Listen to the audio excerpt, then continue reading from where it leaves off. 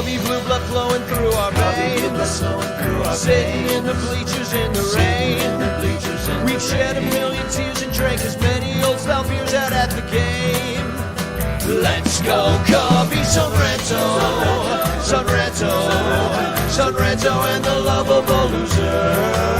Son Ranto, Son Ranto, Son Ranto and the lovable losers. Son Ranto.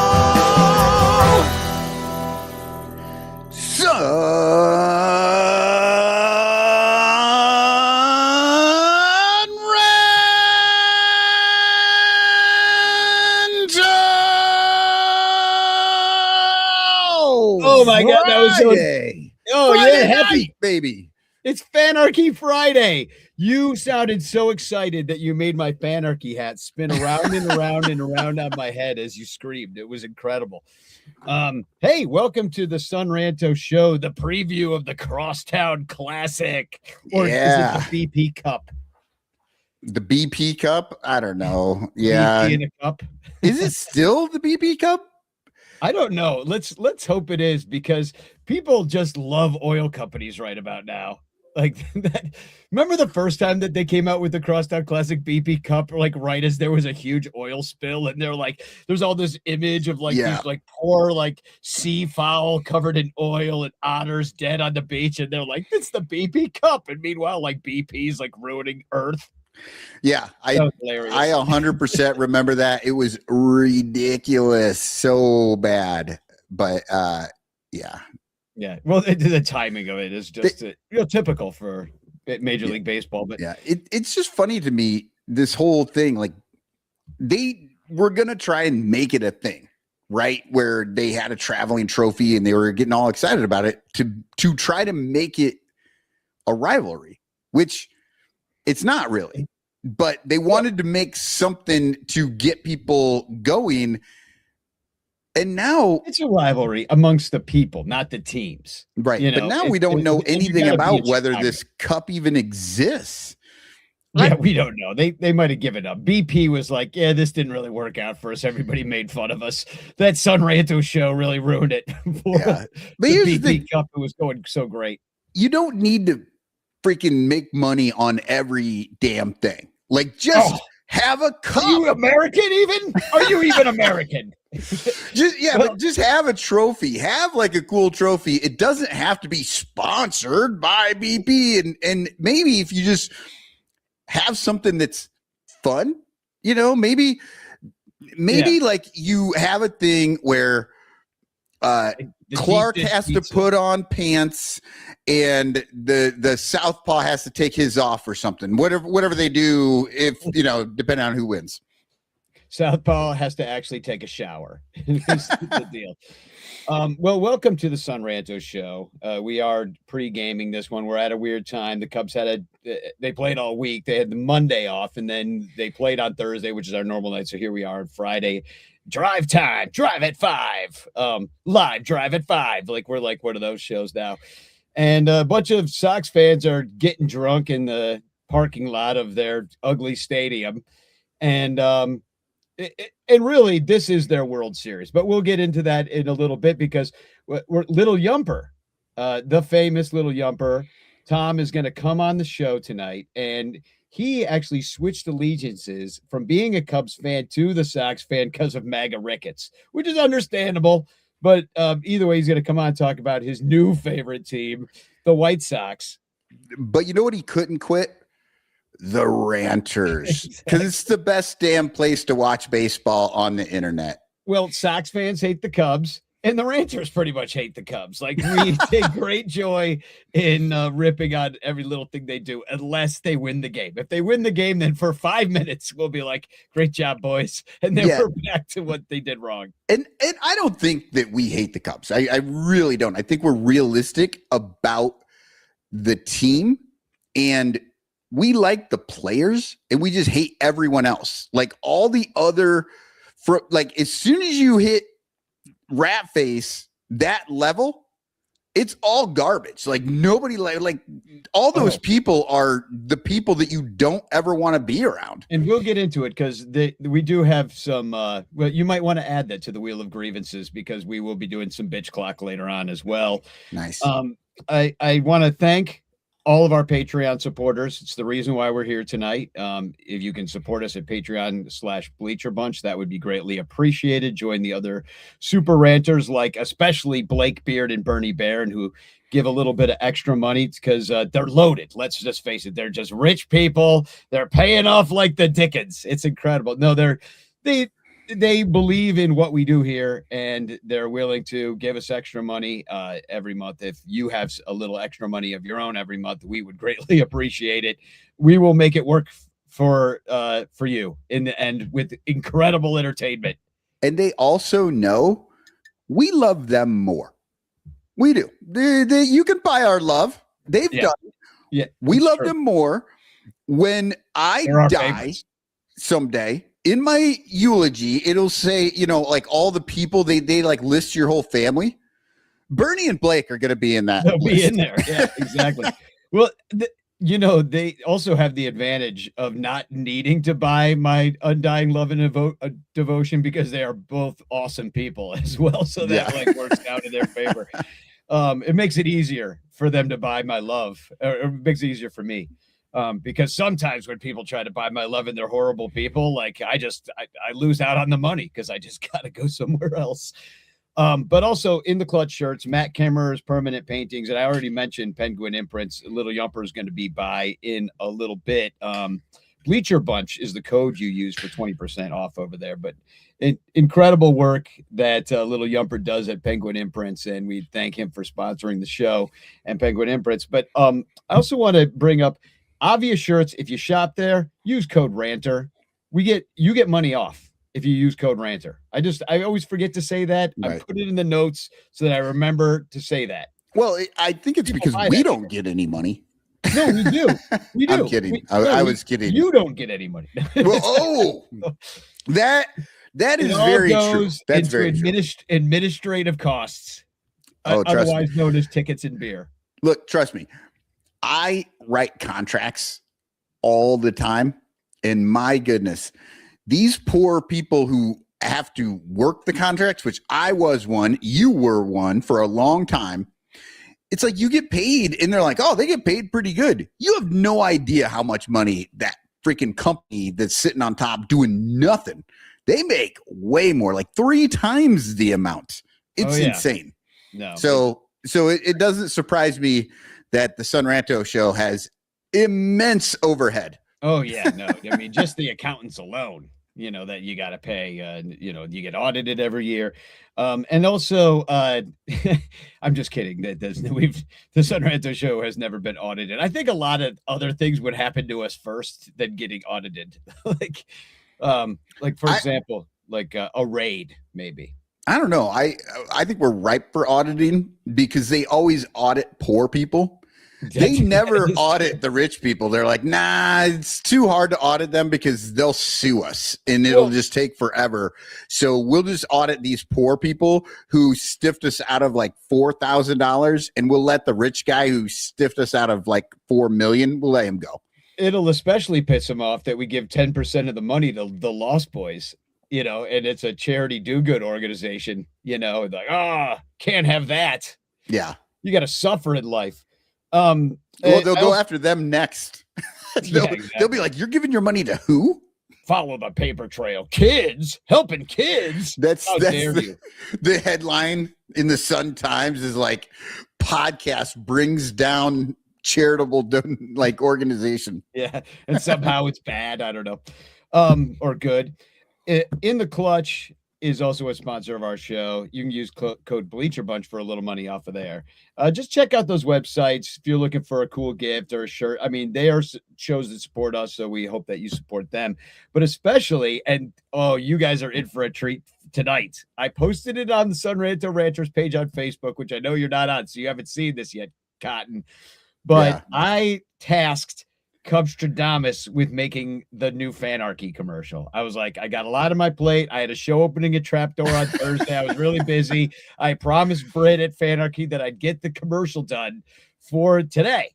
And I'm like, Cubstradamus, you got to take something off my plate. You know, you're making videos. So a little later in the show, you're going to see a brand new Fanarchy commercial made by Cubstradamus. Does Britt know that Fanarchy is going to somehow smell? Like there's going to be smell of app smell smell-o-vision. Yeah, we'll think of it eventually. He's going to be angry when he finds out how bad it smells. But you know what? Maybe we will talk to Cubstradamus about focusing that smell just on the Mets, because Britt makes me follow the Mets when I don't want to. There is a way to not say, no, I agree that Britt does make you do that, but there is a way in the app where you can make it so that like you don't have to see Britt crying about the Mets. I am sharing the Fanarchy link. If you are on an iPhone, you got to be on an iPhone. It's iPhone only right now. Download it and follow me there. And it's Fanarchy Friday. I think I like posting over there, just getting used to the app and stuff. So then I can give Britt feedback. And the other cool thing over there is that Britt's partnered with now Billy DeVore. Nice. And so Billy is on there. So we're like here's our opportunity to like take over a whole environment before it gets popular in a year or two and kind of decide what the Cubs world looks like in there. You know what I mean? So our public facing Cubs world, it's like, this is our Twitter. Like we could be the big kids on the block. So when people join on, we are the dominant voice. So please join us over there and make sure that the ranters are setting the tone, if you will. Right. As we should be. We're the smartest, best podcast Cubs fans that there are. So yeah. Hashtag Chance in the chat. You can win the Frank Chance postcard sent to you by me with a message of love and doom. I opened a show at Trapdoor Theater called La Ball yesterday, and my plan is this weekend to knock out a bunch of these hashtag Chance postcards. And so Dominic, get your mail sack ready because you're going to be delivering some postcards to Iowa. Get ready. Oh no, Dominic says he's officially on vacation. He just got off work. Well, I guess I'll have to wait another week to send the card. Dominic got out of it. He's just like, nope, on vacation. Dominic's actually going, he's going on a cruise. The boat that he's going on a cruise is the hantavirus boat. Is it real? Oh, I'm sure they cleaned it. It's fine. I'm pretty sure. The good news is none of those people are allowed back on for this trip. I think. I don't know. So keep tuned into the Sun Ranto show. We will let you know whether or not Dominic has hantavirus next week. Yeah, stay tuned. Chris Salato's here saying a hashtag Chance. So is Dominic. Lil Yumper, who will be on later, is here saying hashtag Chance. The JD 131 is here saying that as well. So hashtag Chance in the chat. Brad is here. Mr. Fourth Row. It's welcome awesome. Everybody. Alex, welcome everybody. It's Friday. I'm off work. I got a beer. I'm just like, this is good, man. I'm feeling it. I was a little anxious coming in. Not for any reason, but just because I get anxious sometimes for no reason. And sure, I'm like, I'm mellow. I'm feeling good now.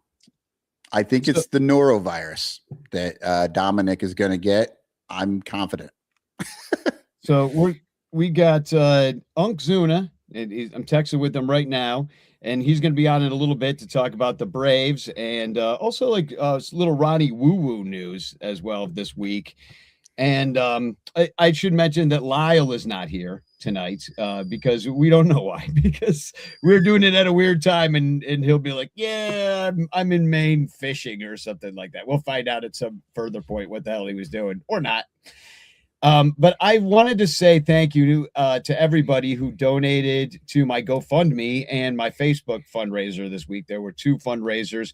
that I put out there. It's all for my musical, The Game, which I've been working on for quite a few years now. We've had a bunch of readings. I've spent many a morning before work rewriting and composing and getting everything together. And I feel confident that the show is in a good shape, good enough shape now that we could start the march to production. And what I realized is that I need a year lead time. Really, every show does need a year lead time to even just rent the space you're going to do it in. And so there's a lot of money that you need even up front to start the process of putting on a show. And being that I work at a non-for-profit theater, Trapdoor Theater, it makes it so that any donations to the game can be also tax deductible. So I was able to make a GoFundMe that's tax deductible, and also through Facebook's non-for-profit fundraiser capabilities, I was able to make 2 non-for-profits. So thank you for everybody that donated to it. I know you did, Michael. I really appreciate it. It's like I raised nearly $2,000. And I need 3,000 for the deposit for the theater. So, I'll be in the alley behind Sox Park this weekend if getting that extra 1,000 one way or another. You know what I mean? So, and I know that sounded dirty, but no, he's just going to be letting Sox fans paddle him. Mm-hmm. Now my butt will be naked, so it is a little bit dirty, but anyway, I really appreciate everybody, and I need a shit ton of money, and of course we'll sell tickets to it and whatnot. Like that's how you get some of the money.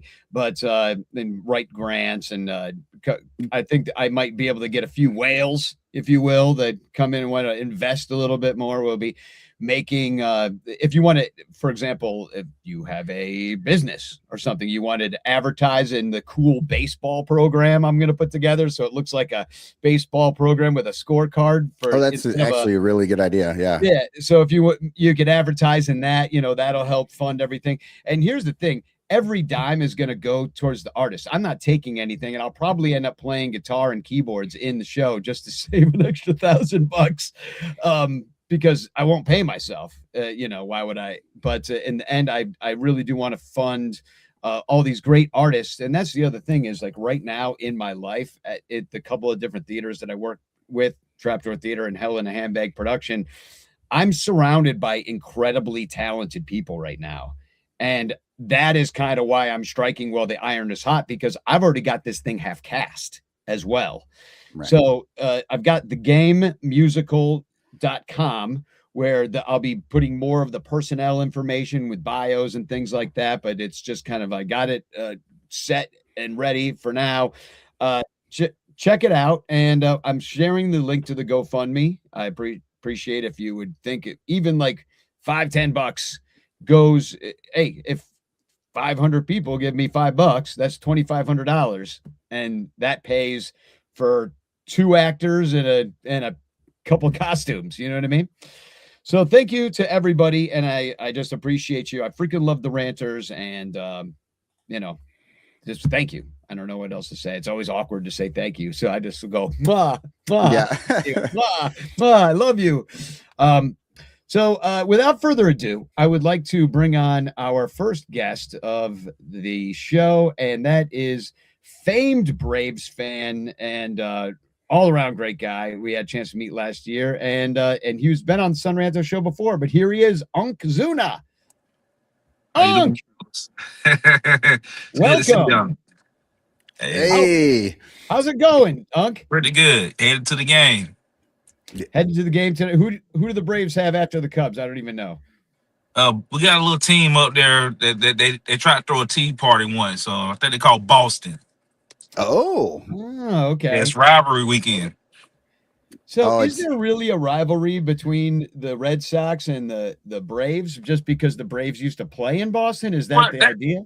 That doesn't make sense to me, because if that's the case, why not the Brewers? I think that's a better rivalry than Boston. Like, we played in both cities. I don't get it. Honestly, the rivalry for me would be the Phillies. Right. Because of the actual division, and they have them going with the Mets, probably just because of the proximity between Philadelphia and the Yankees are playing the Mets today. So yeah, the Yankees play the Mets. The The Phillies, Subway Series. oh, they play the Pirates for their rivalry. Yeah. And we got the Right. White Sox and everything. So you're heading to the game. So you were at some of these games between the Cubs and the Braves this week? Every game. Right next to the dugout. And Nope. Braves take 2 or 3. You Mhm. have the best team in baseball right now. A lot of the guys that have been injured for years are back and performing well. And isn't it crazy that the only game the Cubs are able to take is the one against Chris Sale? Yeah, I mean, I respect it. You know, I was just a little pissed that it was the game that Chris Sale pitched. It's like, hey, my boy Grant, I love him to death. We're good friends, but I'd rather you take that one than the one from Sales. You know, he's about to be a Hall of Famer. Like, we already know that. Yeah. And then to have our shortstop botch that play and throw it to Lake Lanier, that's a lake down here. The way he throwed it and sailed it away, man, that was just killer. Yeah, Hard fought game. Ha-Sung Kim, and that was really the game right there, except for That started it there. Yeah, because that could have been a double play, and then we could have grounded out, got a ground out, and been out of it. You know what? Yeah. I speaking of Hassan Kim, I have a question.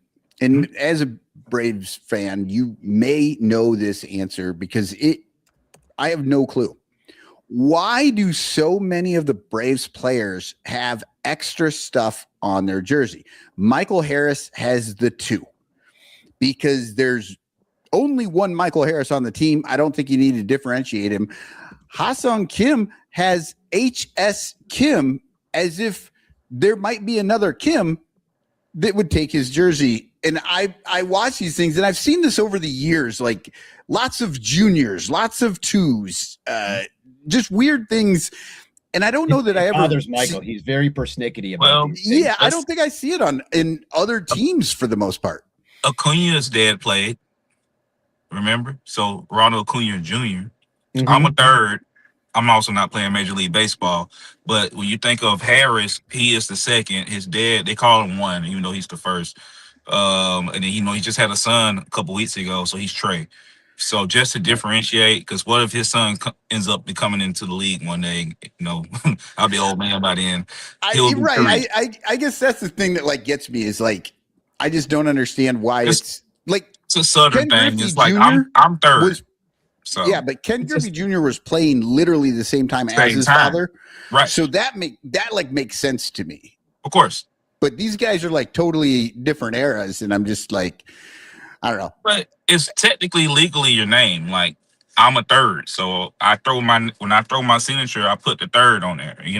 Roman It numerals. was cool too. Yeah, I always Did you do that on your Little League jerseys too? Yes.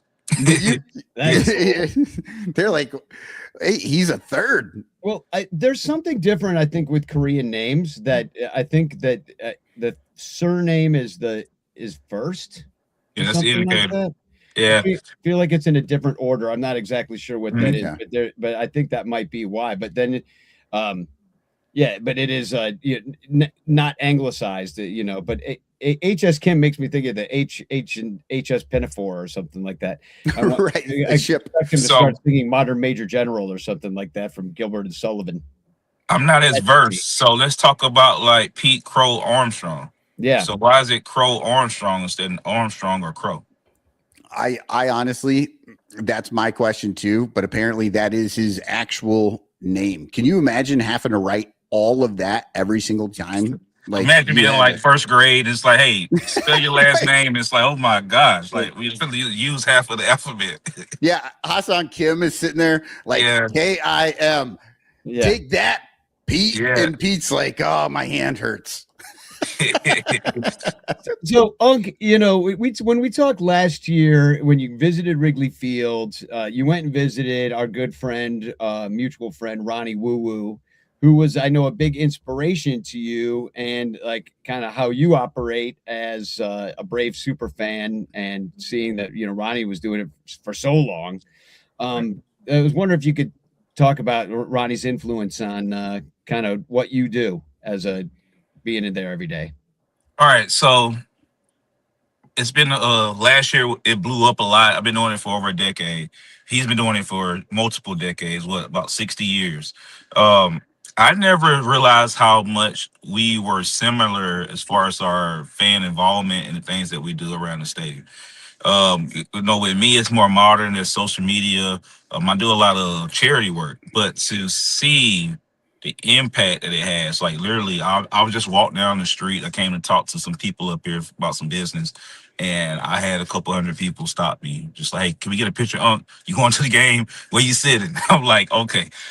It's a little overwhelming, and then it's sort of like it gets crazy. But just to know what he dealt with and dealing with now, and a new era of the same thing, he impacted me so much, and see that through his impact, I'm impacting people.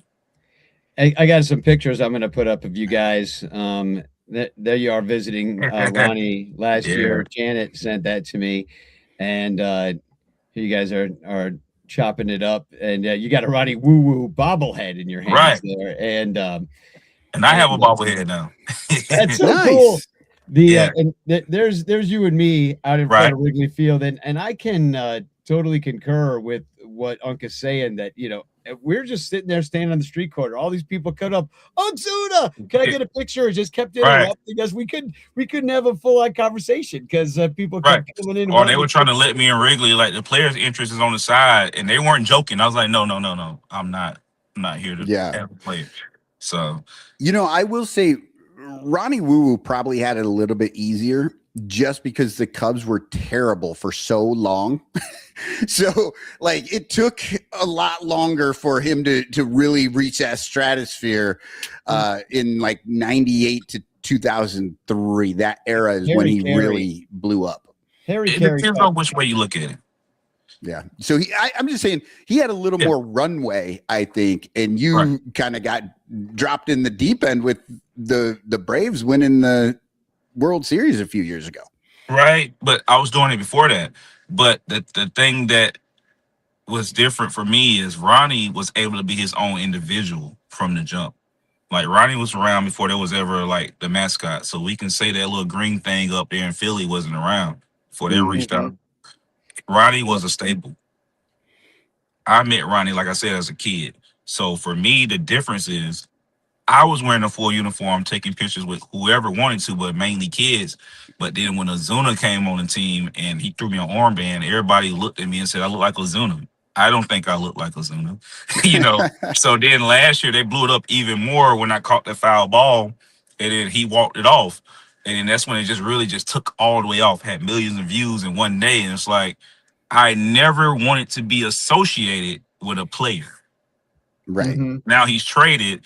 I literally heard this. It's annoying to hear.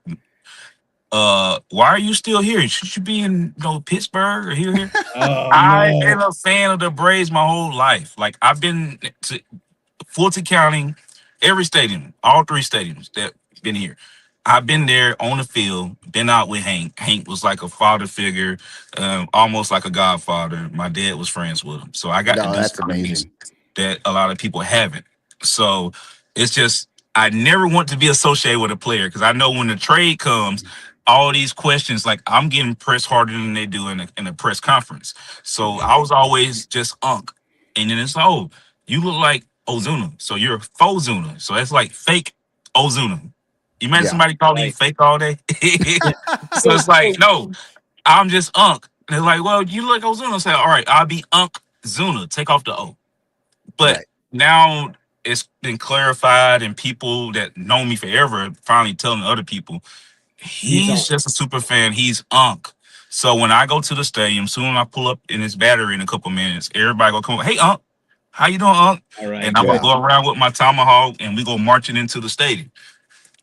So they let you bring that tomahawk in there, huh? Like, I don't know if they would let you in to Wrigley with that thing. It's film, right? That's not. You know what's funny about that? You said they won't let me in, but guess who the team got their tomahawk bats from? Those are my bats that the Braves use in the dugout. Oh, okay. Really? So it would be weird for them. Like, number one, out of respect, I don't bring it. And number two, you're telling me I can't do something, but the team are literally using my tomahawk bats. So you watch our home run celebrations. We got in trouble for the big hat because of New Era. So I was like, well, what can we do? Tama bat. Tama bat. Yes. Like What could the Cubs do? We don't really have anything because we got a bear logo. It's like there's not, bear trap. bear I'm going trap. with bear trap. Just a giant bear But trap. that would be weird. So you would celebrate a home run and have a fake bear trap on your leg, like Yeah, it would be on weird, the bat. I guess you can put a bear trap on the bat. So if I make that, you got to remember where it came from. If I Bear put a bear trap trap on the bat and make that y'all home run celebration, you got to remember Unc came up with that. Well, I feel like bear trap is actually anti-Cub. I feel like it would be something that the other teams would employ against us. So No, if your home run bat like a bear trap, I don't know. You're right. I guess we could I'm be thinking about we could turn the tables. Like the bear turned like, oh, whatever, hunter, like catch the hunter in the trap. We had a rat on the field not too long ago. Maybe we just do a rat trap bat. Yeah, that freaked out the Phillies. Yeah, my arch nemesis, they were freaked out about that rat. It was hilarious. I watched that thing. We noticed in the bleachers before anybody. And I mean, that's how big that rat was. Because we're all from the bleachers by home plate. We're in the bleachers. We saw that rat running around, and it went right in the ball bag. It was like, oh, it was like a large cat. Yeah. Yeah, they were running around like pansies in the dugout though, like somebody was playing hot foot with them. So yeah, that was the funniest thing to me. It is funny that just like a week later you get hantavirus, also caused by rats. Like, who knows? Maybe the Phillies are in some sort of incubation period right now. Yeah, could be. I mean, if you look at their record, I would say that. Yeah, based on their record, they are ill. Look at their record; they're definitely hibernating somewhere. That's hilarious. So we will from now on refer to you as Unk. Okay, cool. We will Just drop, straight up drop the Zuna on it. So the Braves are a good team this year. I mean, we ran into your offense was super potent. It looks like you're just going to run away with the East right now. How are you feeling about the outlook of the team? I mean, by the way I saw it, it looks good. I mean, are you feeling confident? Man, confident not even the word. You gotta understand, we hadn't lost but one series. Name another team that can say they went this far into the season and only lost one series. And wasn't that the very first series? No, we lost to the was it Arizona? No, Seattle. Oh, okay. That's For some the reason, only I was series. thinking it was just that first series that you lost and you've been winning ever since. No, we won the first series. We hadn't lost a series. We won with the first 10, 11 series. And then we lost that one. And it was like, well, it is what it is. And we come right back, storming back. It's like, we don't care. With our new head coach, you got to understand, like, I think y'all know from meeting me, I know all the coaches and all the players. Like, I hang out with the coaches after the games. We go out. We're not going to talk about that. But we go places. I hang with the boys. We go hunting. I see the difference in this team. Like, cool. Our old skipper, he's cool. I've known him for forever. But the chemistry of having somebody that's going to have your back. Like, think about it. Our coach went out and tackled the guy that won the World Series for us. We're still trying to find that ball. It's floating somewhere in outer space. He tackled him just to save the team. Like, show me another coach that's ever done that. Let me just say, that was a good tackle, too. Oh, great form tackle. Great the Bears could use them. Down. The Bears could use them. The Falcons. Draft. I know the draft just passed, but come on, let's open it back up. We got a position open. Like, as a Mike linebacker, could you imagine him calling the plays on defense? Yeah. They don't do a thing in the NFL like the opening pitch, right? They don't do something like that, but it would be pretty awesome if they brought the Atlanta manager out to tackle somebody to start a game. Maybe whoever's singing the national anthem. I'm on the fan club. As soon as they get done with the national anthem, he just tackles him down. You're talking to the right person. I'm going to make that happen. Nice. That'd be amazing. The opening tackle. Right. So, make it a thing. The opening tackle where, you bring somebody out and they get to tackle, I don't know, the mascot or something. No, I don't. You can't tackle your own mascot. To tackle the other mascot, have somebody dressed like the other mascot, like some really cheesy cheapo, just a dude with the cheese head, right? like a Packers fan with the cheese head, and then he gets tackled and everybody's happy. Well, I can see that. We'll work it out. I'll talk to marketing this week. Like I said, I'm in the fan club there. I sit right next to I sit right above the opposing team's locker room. So their entrance is right up underneath us. So it's called Dirty Birds there. So yeah, we can figure it out. We normally make piñatas and stuff, so we'll figure something out. Maybe he can come bust a piñata or whatever. Bring a baseball bat. Bring your Tama bat. Yeah, bring the. Hey, which one should I bring? I got like 20 of them. Yeah, bring that and hack up a piñata. That sounds good. I did feel like this series, it was played pretty tight. It felt sort of playoff baseball-y. I was like, this could definitely be a preview of something we see in the NLCS even, if both teams get that far. It's like Cubs and Braves pretty evenly matched. Nobody really ran away with these games. Cubs bats kind of disappeared. And then the last one was 2-zip. Everything. Both games were close. Both games were winnable for both teams. And it just felt like, okay, now we've met our matches in a way. And for you to say that, I want to say this. I have full respect for the Cubs, every team. I thought the Cubs fans thought they were going to come down to Atlanta and just run us over. So they had a great turnout. And I was like, okay, we're just as good. Like, we're not out here playing pansy baseball. And I think that first game really showed that. And then by the last game, the second game, when you left your starter out there for 8 2/3, and we were trying to do the same thing because now we're having that same battle. You went to the bullpen first and went through 4 pitchers the second game, and then we did it the third game. So it's like, how do you line it up to win? But at the end of the day, records count, but divisional record counts even more. So I think a lot of people learn something like, okay, the Cubs are not nothing to play with. The Braves aren't anything to play with. Well, you want to play us? Yeah, those Cubs fans. I mean, Cubs fans show up everywhere. Like, of course. It's always like they're really well traveled. But then, they're coming off of a 10-game winning streak, and they didn't lose. It was the Rangers. Wait, no, the Rangers didn't beat them. No, that was their first. No, the Rangers. They lost their last one to the Rangers, I think. So they had a 10-game winning streak. They won the first. They lost 2 or 3 to both the Rangers and the Braves. They won the first one against the Rangers, and then they won the last one against the Braves. So they basically bookended the road trip and went 2-4. Yeah, that was rough. But the Cubs had those 2 10-game winning streaks. People were really high going into the Atlanta series, and Atlanta is honestly the best team. I mean, outside of maybe the Dodgers, but I think they're the best team. We gotta stop bringing the Dodgers up. I'm just saying that the Cubs have played this year. Yeah.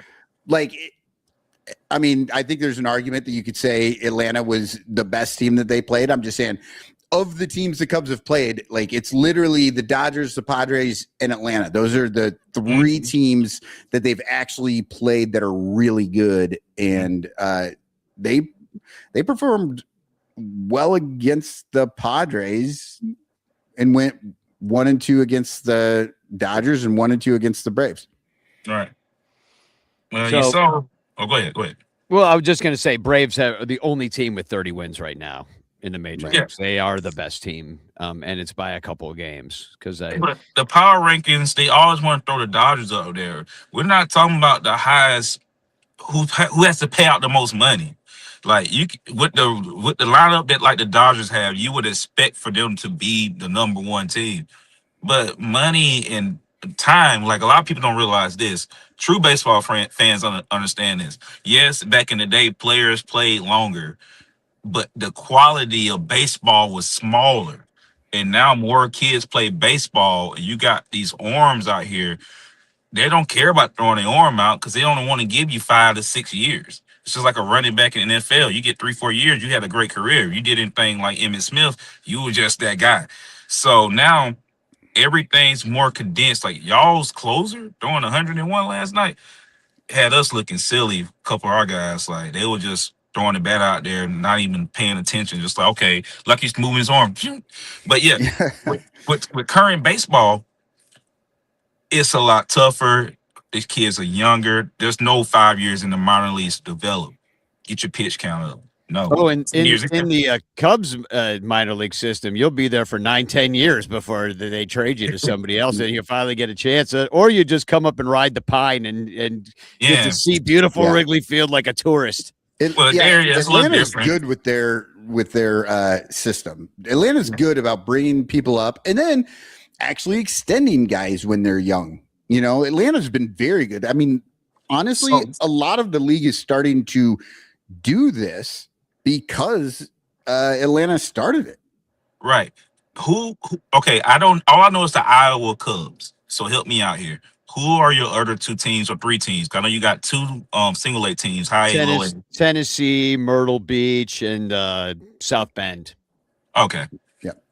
Well, I know y'all follow me. You see, I have a uniform for every team. Every year I get new uniforms because I go to all the games.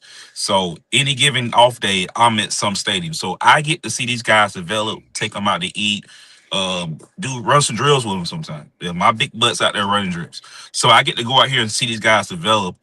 And I understand, like, okay, when I say Owen Murphy, that's from Illinois, he's going to be a Brave. In a couple years, he's going to be starting. I get the chance to watch the development. Yeah, that's A awesome. lot of people don't get a chance to do that. And now that all the teams are in Georgia are on the borderline because our Augusta team is in North Augusta, even though it's right across the river. So, but anyway, it's in South Carolina and would be in Georgia. But I get the chance to go watch these guys play and watch them come up. And I'm like, okay, he's going to make it or he's going to get traded. We go bring him up. He might get DFA after too many options. Yeah, that's Ronnie Woo actually ran drills with the 70s and 80s Cubs, which is why they were actually so terrible, because they were listening to him. He didn't really know anything about how to play, so it was a disaster. That's where you guys separate out there. Yeah, because my high school's in the state championship game this week, so I'm out here doing that. But that is really interesting what you just said though about just all Atlanta's minor league teams being within like just a quick drive really of Atlanta. Like that's, I mean, I know the AAA team is basically in Atlanta, right? So like with Atlanta traffic, it's an hour drive, but at night it's like a 15-minute drive. But yeah, we had you probably know about everything. Well, we had Durham Bulls. They made the Durham Bulls Durham movie about the Braves and Eastbound and Down. But the Braves AA team is the newest one to finally come to Georgia, because we had the Red Sticks here for a long time. That was the Boston team, but they were in Mississippi, the Braves. And they moved from Pearl down to Atlanta last year. And that was the best thing, because I got tired of going all over to Pearl to watch AA baseball. So now, like next weekend, I'll be there, out there full uniform, supporting the boys with the Clean Stones. But yeah, that's so amazing. I wish every team could do that. Find some type of metro area that's big enough to support a minor league team. The crazy thing is, the Columbus team out of all 3 probably has the most fans. Yeah. Wow. So you know how you go to minor league games, you may see 50 people there, and we don't have those maybe kids that are related to the players and their wives. Columbus, they're putting about 4,000 people in there at night. I think the same might be true for the Cubs. Like, surprisingly, if I were to tell you that the single A teams, the South Bend Cubs, probably have, I don't know if they have the most fans, but they've invested the most into that ballpark. They've invested the most into making a great friendly experience downtown South Bend. They're trying to build up the whole scene, bring restaurants and other business into the area, and it makes a difference. Like you say, like a big enough metro area that can support a team. And if you can do that, then you could have a successful business, and it can only benefit the players as they get to play on a bigger stage. Right. And, they need that. If you go to college and you're used to seeing 5,000 people, you go to 500 and you get the call tonight that you got to go play in Tampa. Well, Tampa might be the wrong place to talk about, but a bigger market. In Tampa, yeah, they're just like, where is everybody? It's a huge market of Yankee and Met fans. Is pretty much really what you get into. Tiebreaker field, but that's the minor leagues. Well, I guess you can say the little whatever. We'll get in that later. We don't care about those guys. But no, Unc, it's great to have you on the show. And I'm looking at the schedule here, and I see that we don't play each other again Till September. until September at Wrigley. So hopefully we'll see you back in Chicago. You know I'll be there, and you better tell Clark I'm looking for him. I've been trying to get a picture with Clark. He came down here for the All-Star game. I took a picture with every mascot but Clark. And I went to the draft, and I know you saw me on TV. I was supposed to be right up front and moving back a couple rows. And I see Clark, and I'm like, Clark, it's me. Please come over here. And he never came. So, Wow, Clark. That breaking news. Well, yeah, Clark I came Cub to the is game ducking last year when you played Philly. Remember when you played Philly and they gave out Clark the Bear? yeah, I was there, and remember I was in the full umpire uniform. Yeah, I do recall the umpire uniform. That was awesome. I had just left the draft in Green Bay, took the Amtrak down, and came to the Cubs game just because I wanted Clark the Bear's bobblehead. And, wow. Well, I can guarantee you, because I am familiar with some of Clark's people, and I will make sure that when you come in September, you got to remind me. But I will absolutely make sure that you and Clark get some FaceTime together. And All right. he'll be around. We'll just find out where he is. We'll make sure you guys can get a good selfie. Even though Clark and I, we have a bit of a sordid history. Him and I. Yeah. Just because I have criticized his lack of pants wearing in the past, and You weren't the one that put him on the news, right? I celebrated it though very heartily. Yes. So. I mean, Blooper doesn't wear pants. Yeah, but Blooper, what is Blooper? I mean, is it really pornographic? I mean, I don't even know that Blooper has genitals. All right, for anybody watching that wants to know what Blooper is. Yeah, what the hell is he? Blooper was a fan-created character made by kids. So they had a science experiment, and he came out of a booth, and it was what the kids made. They wanted him to be furry, big stomach, ears that did, the balloon thing, all that. The kids made him. So he wasn't meant to look like an animal or anything. It was a mistake that the kids made. Nice. So he's a science experiment. Yeah, exactly. So he, if you look it up, you'll see where he came out in the battery, and the scientist was mixing all this stuff up, and then boom, there's Blooper. And and the problem with Clark, he's just a pantsless bear, which he's technically in the wild, he's a cub. Pants. Yeah. You gotta. I know a cub is a bear, but you still gotta keep the two apart. The cub, the bears, yeah. I know it confuses everybody here, but it does. The odd man out is the White Sox that we face tonight, because they have literally an Oscar the Grouch Booger looking mascot. I don't know if you know, if you must be familiar with Southside. Yeah, Southpaw. Yeah, I went up to this little lair. It's like 2 layers up there for the kids. It's like, you can't come up here unless you got a kid. Like, I just want to see the mascot. Like, I'm cool with the person, Right. So I know how that goes. Yeah. Yeah. Well, it's bad enough that the mascot has a lair. Nothing good ever happens in a lair. You know what I mean? Yeah, he has top-notch security. Like, you can't even get up there. It's like, you got a kid? Like, all right, this sounds crazy, but I know the mascot. I just want to go say what's up. I'm walking up, coming down. Well, Sox fans aren't known for their being polite to green things. we actually have a Sox taking the fan in the green room hearing Danny talk trash right now, because when we come back from the break, he's going to be on here. So, well, I know you got a game to get to, so we'll let you head out, and we'll definitely catch up again in the future. But I really appreciate everything you do. You bring life to the ballpark. You're a cool guy, and you love baseball. You're totally our kind of people. So thanks for being here. I appreciate it. Hey, I gotta do it one time for Ronnie. Ronnie, woo! Ronnie, woo! Ronnie, woo! So, well, thanks for being here, Unc, and we'll see you when we see you next in September. Next time. All right, September. Peace. Man, I love that guy. Oh yeah, he's so nice. He's just got it all going on. Good attitude, like fun to be around. Yeah, absolutely. And that's really kind of what it's all about. If you think about like the history of baseball and how it was in the 50s, and you had like the Brooklyn fans, and they bring all these instruments to the ballpark, and the fans were allowed to like kind of make a show for themselves. And you've had these super fans throughout history, but of course in the digital age it's going to take on a little bit of a different quality at this point. Right.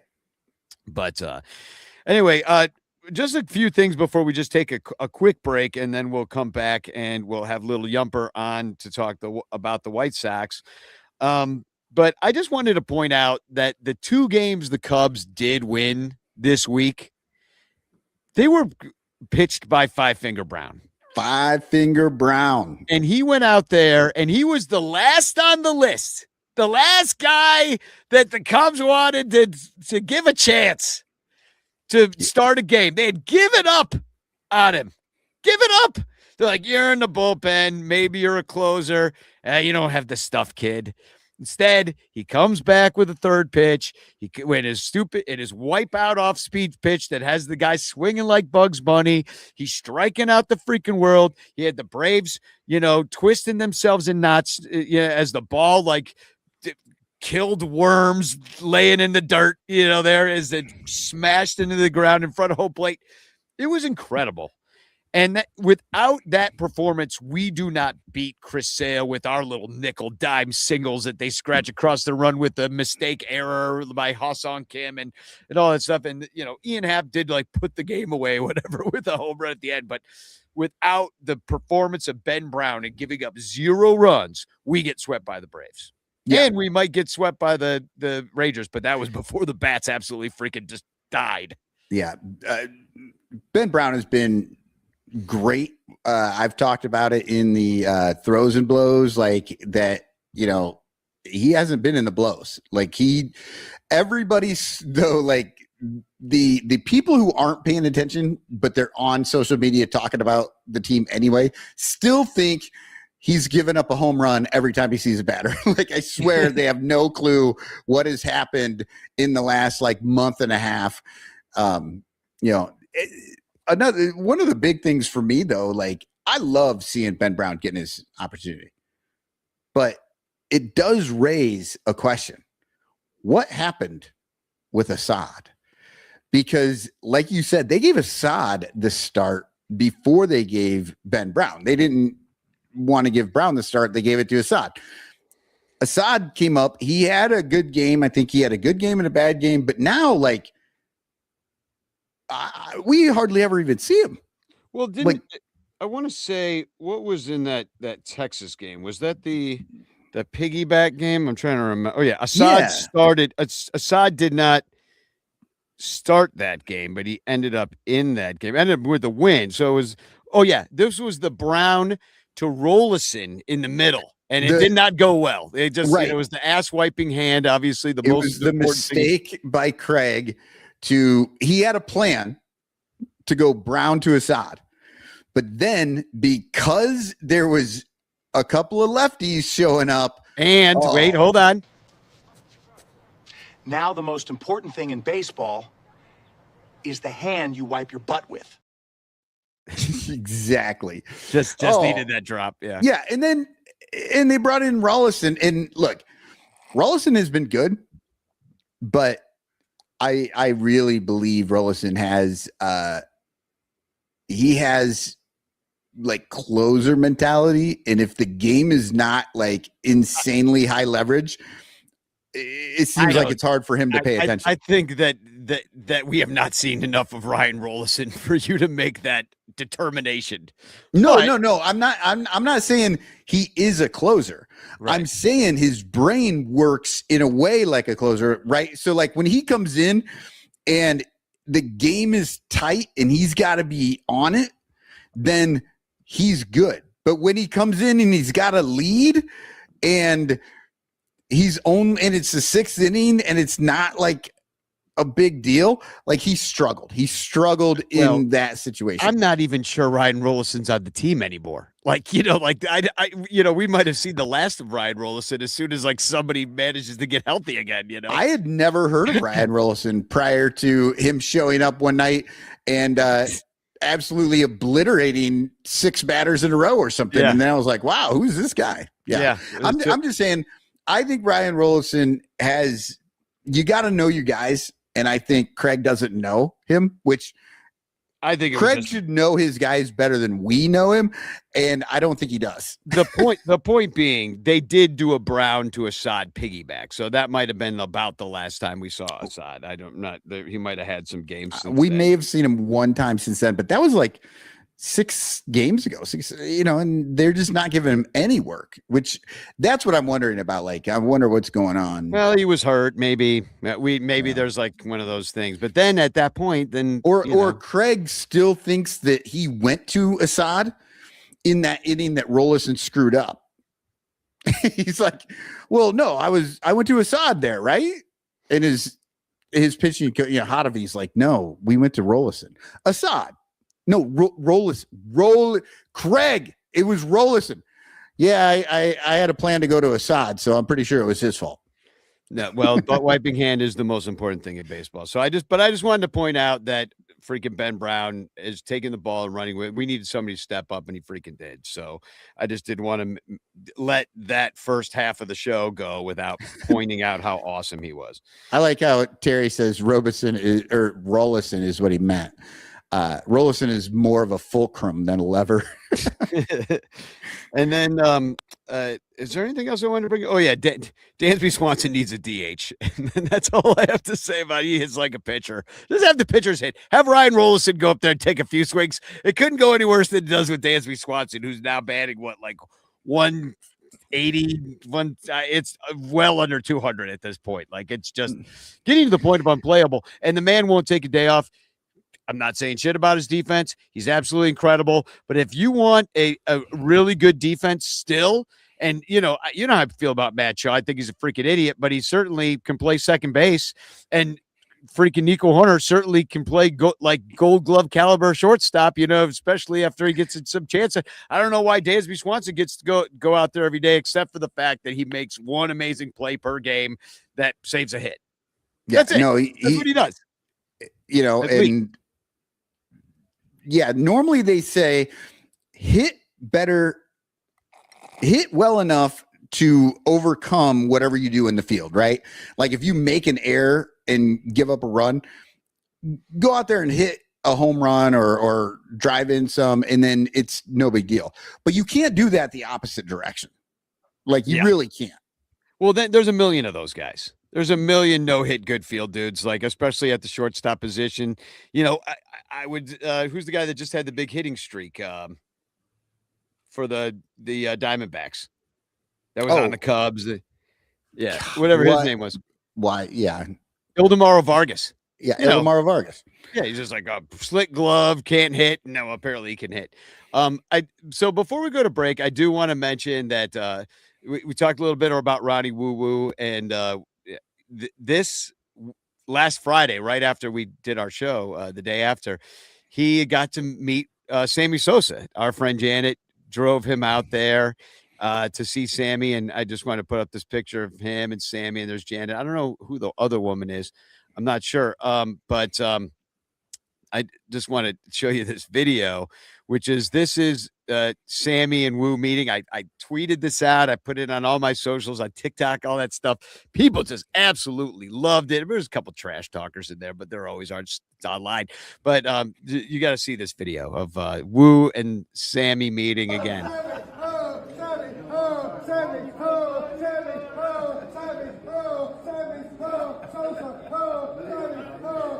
The best part is that he starts to do the woo, and Sammy is like trying to talk to him, and Ronnie just keeps going.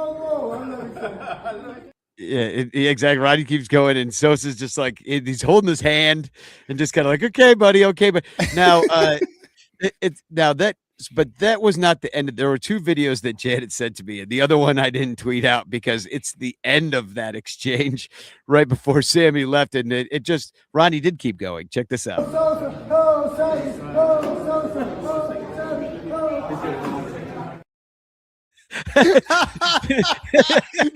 Sammy's like, I think I got somewhere to be. Yeah, this is 18 minutes later, by the way. You know, that Sammy, he's like, listen, I really got to use the bathroom, Sammy, or I mean, Ronnie. Yeah. Oh my God, that is so funny. Yeah. And I will say, you know, that 98 to 2003 run for the Cubs, Sammy was huge and Ronnie was huge in the bleachers out there doing exactly what he did right there. Just, you know, Cubs, woo, Sammy, woo. Like that's his thing. Yeah. It was a lot of fun. All right. Show me your silhouette and we'll take a break. Bring on Lil Yumper. And all right. So this is an older card. And you can see that there's a little drawing of a pitcher down there in the corner because it's a pitcher. Not much to tell from anything else. Like it just looks old. So the clue that I have for the listeners and for everybody, the White Sox traded him to the Cubs for a third baseman. And it was a trade that both teams lost. I think I know who it is. Actually, now that just the fact that you brought a White Sox guy in here. So I'm gonna play first this brand new. Well, actually, I'll do our normal commercials and then we'll be right back in a couple of minutes. And I think I've got to preface this Cubstradamus commercial for Fanarchy in a moment, but here we go. Please subscribe to us at patreon.com/bleacherbunch. It's really how we keep the lights on here at the podcast. I appreciate all of you guys that already do it. And we'll be right back. The Bleacher Bunch brings you great shows like Sun Ranto, Cubs PS Plus, Bricks Behind the Ivy, Cuppa Cubby Blue, and Baseball Rabbit Hole.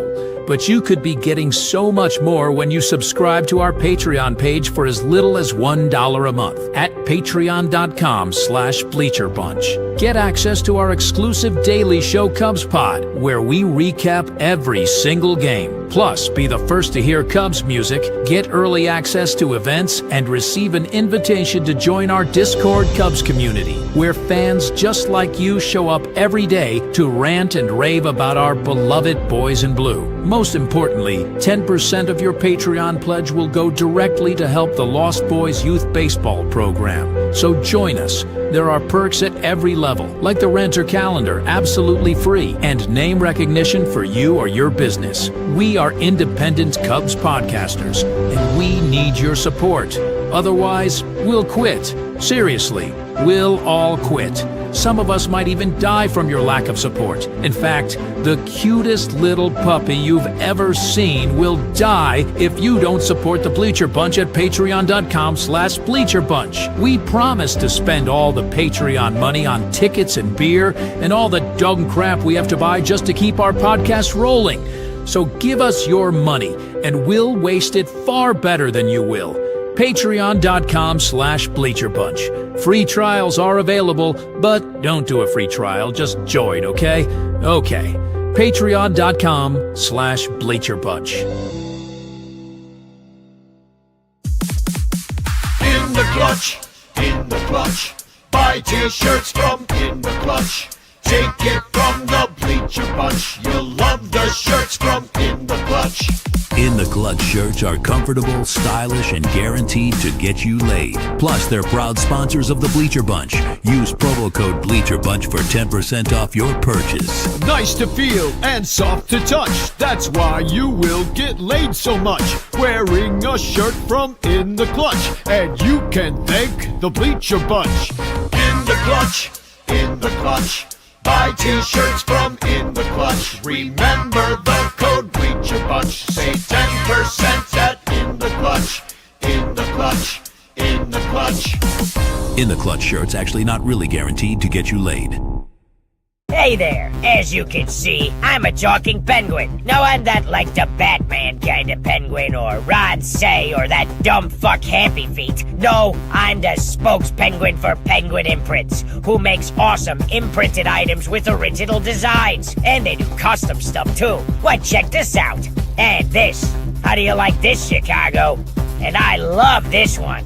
And this might sound a little weird coming from a penguin, but fuck ice indeed. Penguin Imprints also makes custom t-shirts and stickers for your event or organization. And because they're sponsors, listeners of the Bleacher Bunch Network can get 20% off any order at penguinimprints.com with the code BleacherBunch. Okay, that's enough about Penguin Imprints. Now I gotta go find that little bitch Happy Feet and put his smirking pink on the other side of his head.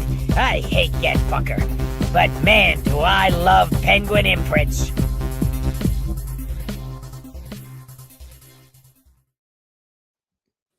We are back, and who the hell is that cubby? Well, only one person guessed, and it was Yumper, and he started with Fergie, but then he realized after I said it. Well, there is one more correct answer. It was Steve Stone. Oh yeah, Toad D&D writes Playgirl model. Exactly, and that is Steve Stone, or is the Bleacher Bum Band does Steve Stoned. I want to get Steve stoned. Yeah, I should play that at the end of the show. And so when I said the trade, so the White Sox traded the Cubs, Steve Stone, to get Ron Santo in the final year of Ron Santo's career. Isn't that crazy? It's weird. Like, people don't realize that Santo ever played anywhere except for it on the north side. But yeah, he went one season to the south side, and he hated it so much he quit. He quit playing baseball. Understandable. Understandable. Who would want to wear those like weird collars and those short pants? It was ridiculous. Now, showers in center field. What the hell are they doing up down there? It's absolutely insane. So it didn't work out for them. But then Steve Stone with the Cubs really didn't work out either. He had an ERA plus with the Cubs under 100 every single season. And what's crazy, this is the weirdest thing about Steve Stone that I needed to bring up. He only has 3 seasons in his entire career that he was above a 100 ERA plus, right? 1980, it was his 10th year in the league. He won the Cy Young. What did he have? 20 wins or something? 20, he had 25 wins. Yeah, that's because he had Eddie Murray freaking hitting dogs during the game. But for the Orioles. It was 10 wins more than he had ever had, than his best season. It was 10 wins more than his best season. Earl Weaver. Yeah, and it was just crazy. It was his best ERA. Just out of the blue, when he was 32 years old, he just had the season of his life. Won the Cy Young the next year. And by the way, this is when he was with Baltimore, because the White Sox tried him out twice and he wasn't any good. The Cubs had him for a minute. That's what I'm saying. Baltimore was good. They had Eddie Murray. They had Al Bunbury. They had freaking Cal Ripken or whatever. I don't know. Well, actually, maybe Cal Ripken wasn't there yet. Yeah. But then 1981 was his final season, and he was terrible. That was his worst year.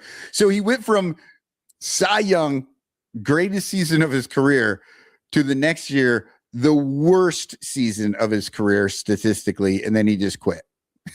Tom Cooper wild writing in the Baltimore Orioles staff was stacked back then. Yeah, I believe Dennis Martinez was on that team, Jim Palmer. Yeah, they were good. It's just amazing when I had no idea. I knew he had won a Cy Young. I just always assumed that he sucked all the other years except for the Cy Young year. Yeah, I had no idea. I'm like, oh, he won a Cy Young. He must have been a pretty good pitcher for the most part. No, he should have been a journeyman. He should have been on like 12 different teams. He should have been. Kind of was. Yeah. And then, no, just he had Baltimore and it all worked for him for one season.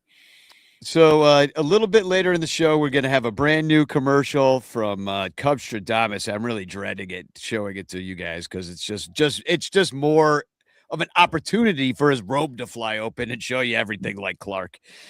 But I do want to bring on our friend and sponsor of the show with Penguin Imprints and Sox fan, Lil Yumper. I didn't mean to say it like that, but I really did. I was like Sox fan, but I had a little gas bubble, so it came out weird. I'm sure. Yeah, I'm sure he did the whole time, complaining about our uniforms and God knows what else. Yeah. The past 20 minutes. I mean, come on. Nobody complains about the uniforms more than the White Sox players themselves. You got Chris Sale, who we just faced against the Braves. He's like cutting it up before a game because he can't stand it so much. And wearing shorts in baseball, you're just going to end up ripping up your legs and showing everybody your freaking strawberries all over your knees. We could come out like Carlos Zambrano with our belt in our hand, to try to attack players with it. So that is, I believe we're getting. Yeah, 1 second. Yump, I think we're getting like you're coming in hot or something like this. I don't know if you can. Yeah, you're a little bit hot if you turn it down. Or move your mic. It just sounds like a little blown out is what it is. But what about now? Oh, yeah, that's better. Yeah, so Okay. far. Yeah. But I want everybody to just understand, and I want to put this out on Front Street. Yumper owns and runs Penguin Imprints. He sponsors this show. And the Son Ranto show will 100% sell out and allow you to come talk trash about our team and support your team if you just give us money and support us on the show. Yeah, and We fans will of all sell out and teams let you just do it. know, yeah. So now the White Sox, we got to say that the White Sox have had a surprisingly good start to the year. But when I dug in on the numbers, you really haven't faced a lot of teams over 500 so far this year. Only 12 of the games. You're 4-8 in those games against teams above 500. But it's got to be kind of fun to have a chance in the poverty AL Central. Yes, actually it is. Past 3 years, the Sox, I think, were already in the 40s or 50s before they got their 20th win. So it was kind of nice to even break even at that 20 and 20 and then go 21-20. So fun times on the South Side.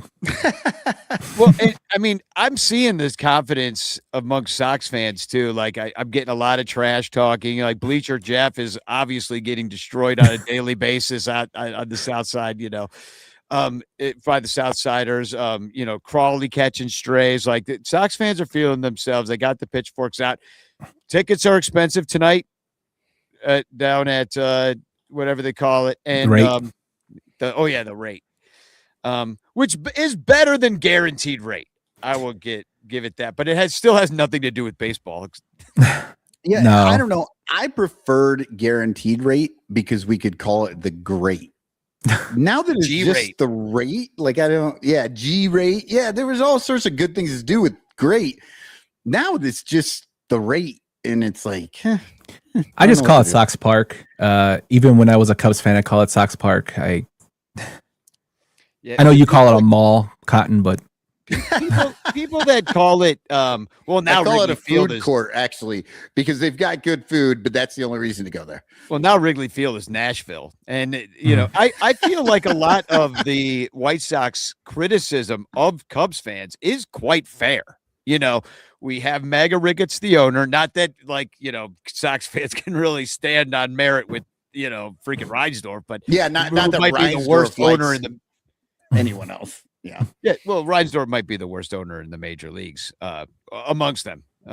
Certainly bottom 5. definitely. But Mega Ricketts, you got the drunk tourist out in the bleachers paying $1 million to be on Instagram. That is happening. Absolutely true. So I just want to put that out there that the idea that the White Sox are like the Chicago team, and then so Cubs are sort of like the transplant. team slash national team. I think all that criticism is fair, so I could see why you would turncoat on the Cubs and absolutely Benedict Arnold your way to the South Side. Well, in my defense, I never hated the Sox to begin with. I actually grew up going to Sox games when I was younger. Joey Cora was my favorite player as a kid until I saw Ryan Sandberg, and then that kind of got me into the Cubs. With everything going on politically, my wife is a Sox fan. Me going to Sox games, her family convinced me and converted me into a Sox fan. Which, to be honest, it's actually not that bad going there because I don't have to worry about hearing about Trump's next fundraiser at Wrigley Field anymore. True. Now, when your wife's family got you to transition over to the White Sox, was it like Catholic school, like in like when you become Jewish or you become Catholic, like you have to go to like school? Was there a ceremony? Yeah, did you have and shit? catechism, like soxism? Like, what Did you have to get a new name? Oh yeah, no. It was mostly trash talking the whole time I was at family events. So usually my wife's Italian, so on Saturdays it's family dinner. So usually her father and her brother would, trash talk me about the Cubs. And now it's not so bad because now I go to all the games. Well, I used to go to all the Sox games, so I'm kind of miserable like them when they lose. So. Right.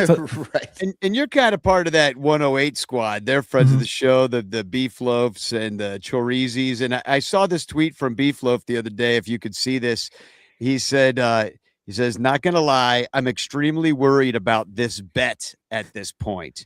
And what it was taking the under on 68.5 wins.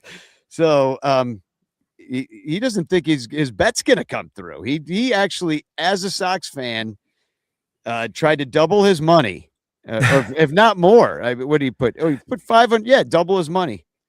Yeah, by taking the under on the Sox at 60, under 69 wins, which is nice. If you ever caught, it would be nice for us if they hit 69. It would be. It'd be nice for us too. But Beef also knows how to play these cards in terms of bets. So he's like him and his brother, Treasy, are big betting people. So when it comes to sports betting, they are looking at the landscape and we're figuring, well, they were decent last year. I don't know if they're going to go over 69. But like I said, the Sox haven't been 500 against the Cubs since 2008, if you don't count 2020, when they faced each other for the first time. So we could hit that 69 quicker than you think. Yeah, that's what she said. Definitely. But I mean, I'm pretty sure he won't be too upset if they go over that. Right. Yeah. I lose $500. I'd be pretty upset. First of all, if they're big betting people, that's nothing. He's got that 108 money, man. He's good. Oh yeah, that's why they're sitting in the corner behind a pole. It is fun to hang out there. I've hung out there a little bit. They all give me side eye because they know I'm a big Cubs fan. But my family's Sox fans as well. Like I grew up with my mom and dad were not Cubs fans growing up, so.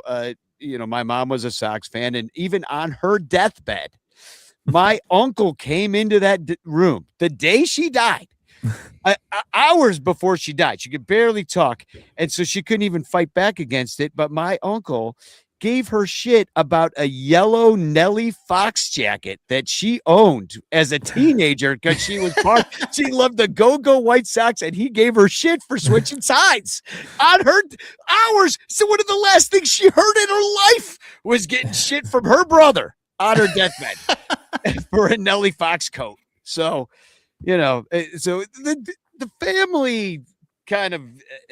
The rivalry runs deep, but I will say this, and I know that I get criticism from Sox fans for bringing this up all the time. I think that the Sox natural rival is the Cubs. And nothing to do with the baseball of it, but the Cubs actually have stronger rivals with other teams within their division. The Cardinals first and foremost, and then very recently, not very, very recent, but the Brewers, since we share a division and they've been kicking our ass. So, do you care to comment on that? Who would be the Sox or the rival? So I don't think it's really the Cubs. I think you're going to have those meatball fans that are going to say it's the Cubs because it's Chicago. Personally, I think I'm one of them. No, but personally, I think like in terms of rivals, you look at the Minnesota Twins. They're probably a bigger rival. I would look at the Cleveland Guardians as a bigger rival. Now, but does it feel like it? When the Twins come to part, like back in the day when the Twins came, or the Guardians come to town, does it feel like the Brewers and Cardinals showing up for a Cubs fan? No, I mean, but Sox Park's a lot different in terms of filling up than it is Wrigley. You got, Wrigley not only has the outside facilities, the stuff that's out there now, that mall or whatever the hell's out there, but you also have the historic aspect. Yeah, you have the historic aspect, and Sox fans, they do go to the games. Although we get the jokes about the stadium's always empty, it's more when the team's good. I mean, like any other team, they're going to be there.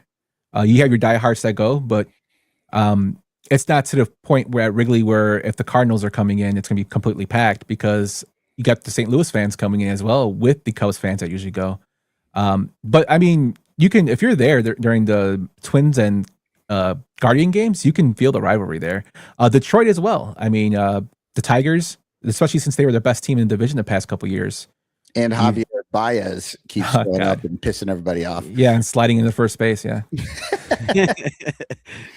Javi can do what he wants. He's incredible.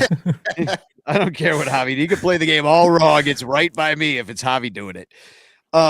So I want to just say this much is that right now you also employ Randall Grichuk. Mm-hmm. He is on your team. So just everybody get ready to hate watch him because Cubs fans hate that guy. Yeah, and Sox fans will be like, wait a second, where's this guy the rest of the year against any other team? Because Grichuk loves to play against the Cubs. Yeah, he'll bet 180 on the year and hit 5 dogs against us just this weekend. Hey, he's got 3 bombs already for us. He's hit 3 bombs. I think he's hitting over 300 the past few games he's played. So I mean, he was signed and he was released, I think, from the Yankees this year because he had a really, really bad start to the season. But he's for 8 games, hitting 3 bombs. Cubs killer. I'll take it. Yeah, right. But the signing that's really the nail in my own coffin is the Murakami signing, which you didn't really pay all that much for him, and he's already hit 15 dongs, and everybody's in love with this guy. Rightfully so. I'm jealous as fuck. Yeah, it's surprising that the Cubs didn't make a run at him, but knowing that they signed Bregman in the later in the season, the offseason was kind of, I guess that's what there is, Bregman or nothing. Yeah, or Matt Shaw, the guy that actually could maybe be there, even though he's a mega twat. But Murakami's actually. They had a really good third baseman, and they're like, you know what we should do? We should make that guy a bench guy and not have a spot on the team by signing Bregman, who's this old dude that is supposed to be good. They could have gone after Murakami, but then what are they going to do? Are they going to replace Seiya? Then it just looks weird that they're replacing a Japanese player with a Japanese player. You had to go there, huh, Cotton? But Murakami, like I said, third baseman, and he actually came here and they wanted him to play first because I don't know if you guys remember, Andrew Vaughn was playing first for us until we traded him to the Brewers, and he decided to resurrect his career out there. But they were looking for a first baseman, and they got Murakami to come. He's playing first base now. Then you have Miguel Vargas, the guy they got from the Dodgers in a trade, who's actually having a decent year. Here, I'll put up. You've had a lot of players play for you already. I was kind of surprised to see the cast of characters that you've got a bunch of different catchers. Edgar Cuero taking it, but Colson Montgomery having a really good start to a year. 11 dongs already playing shortstop for you. Yeah, there was an argument today on the radio who's a better shortstop, Montgomery or Dansby. When it comes to all around, I think Montgomery has a bigger heights upside. Defensively, Dansby still probably beats him out, but offensively, no doubt it's Colson. Dansby sucks. I mean, he's terrible. I mean, I'm sorry. I'm not going to even mince words right now. This guy's making so much money to bat 180. That is unacceptable. He honestly should be benched. He should be. You got another way to do it. It's like they want to lose. Yeah. Well, in the other day, I was doing the Cubs pod, and I noticed, like, oh my God, Craig, for some reason, just moved him into the 8th spot for no reason that day.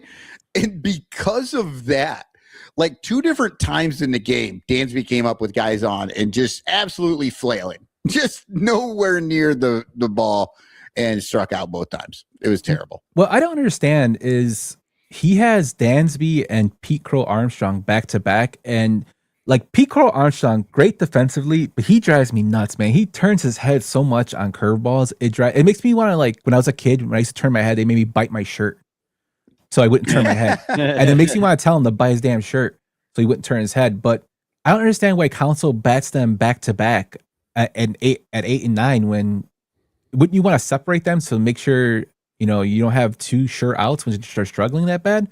Well, and I have a little bit more faith in PCA because, like, he tends to be able to kind of get on base in some way or another. He's learned to take his walks. He smacked the ball the other way and just got on, stole a base. Like, he can make things happen as a chaos agent. But you're right. It's the bottom. Well, the Cubs had a rough week offensively overall. So, but we're coming back to Chicago, not to Wrigley, but we're coming back. So I do have hope that, it's a little warm weather, a little hometown cooking, a little rivalry, a little heated action might be good for everybody. But I'm looking up and down your lineup here, and, there's not a lot of household names that I think people recognize, but Jared Kelenic, you got him from the Mariners, right? And so you made a few moves, Grant Grichuk, you picked up off the scrap heap. But not Benintendi was kind of a God. Yeah, exactly. Your DH is batting 218, so good luck with that. He's also our highest paid player of our franchise too. Yeah, oh yeah. Oh, well, the longest contract. And every time I see his name, I think he's also your announcer, who is actually in Detroit now. So that doesn't even make sense. But every time I see Benintendi, I have to check my brain and work around like it's not Benetti. If you want to see Sox fans go ape shit on Twitter, say John Schriffin's better than Jason Benetti, and they'll go. I mean, you guys hate Boog, but the hate for John Schriffin's out there too with the White Sox. He doesn't rub me the wrong way, but I mean, listening to Boog, I don't know how you guys deal with Boog. Shiami drives me nuts. We don't listen to him. Me and Cotton, we've just given up at this point, which is unfortunate. Like, thank God I speak Spanish because I can simulcast Miguel on the app, on the Marquee app. So that's what I do. And by the way, the game starts in 10 minutes, so we should probably be somewhat quick about this at this point. But I do want to say Reese McGuire on the team. He's cut. Oh, he's cut. Yeah, they released him. Well, he does like getting release. He does. He does know a lot about. Yeah, he holds on and then releases. But just a couple guys to look out for. Sam Antonacci, who's our left fielder, playing today, leading off. Came up from the minor leagues, pretty good bat and a good defender. Sammy the Ant, they call him. So he's getting like a little following. Vargas is having a good year at third base. Murakami as well. Murakami, I think, has hit a home run in 9 openers this season. So opening game of each of 9 series, he's hit a home run. So if you're a betting man, you can bet on that. And Chase Mydroff, I call him Nico Light. Not as good with the glove as Nico, but a good contact hitter. He's our second baseman. I'm looking forward to them having. It's gonna be a fun series, man. I'm actually looking forward to this series more than I did in past years because the Sox were kind of horrible and the Cubs were kind of like going through the motions. But this year, I mean, both teams are having some fun. The Sox are coming off 5-game win streak. The Cubs are coming off going 2 10-game win streaks. So it'll be kind of fun, little baseball in the city of Chicago. I would love there to be a real crosstown World Series someday in my lifetime. I think that'd be really fun to watch and watch the rivalry and the entire national audience that would attract the city of Chicago would just be really cool, I will put up the matchups and let's see. Oh, that's I'm bummed that it was this weekend because this is graduation weekend and my nephew, congratulations. My nephew is graduating from Iowa. So it's like this was the worst weekend for the Cubs to play the Sox, because I was actually thinking like, hey, I would hit up Yump. I'd go to a game with them, watch the, down on the south side, and we'll just have to pick some other random team. Well, Yeah, sure. thanks for complaining, Cotton.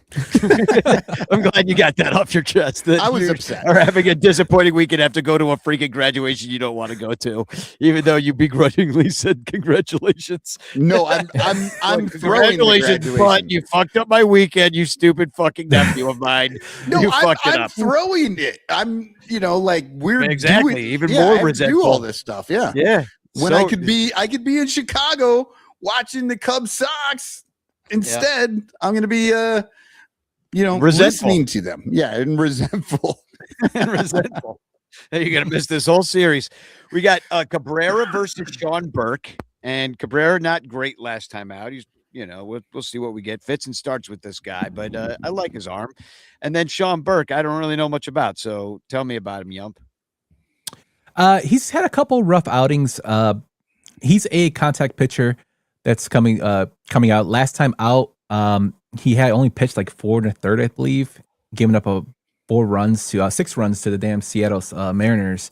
But the game before that, he pitched a strong 6-inning game of 8 Ks. Decent pitcher, still young. Like, this White Sox team is really young. He's only 26. Looking forward to seeing what this matchup is, especially with Cabrera's velocity dropping, which kind of, even from looking on the outside in, makes me worried that maybe he could be hurt for you guys. I know you don't want to hear that, but with velocity dropping, that's usually not a good sign. Oh yeah, no, it's a terrible sign. And we'll never know. We'll never know unless he literally falls off the mound like that Reds pitcher did the other day. I mean, the Cubs do have a pretty horrible training staff, but then again, so do the White Sox and Bulls. I mean, they're owned by the same person, so I mean, I can't really at this point, I'm just wondering if, because of the idea that dudes flame out really quickly. Unkzuna was saying this, or Unk.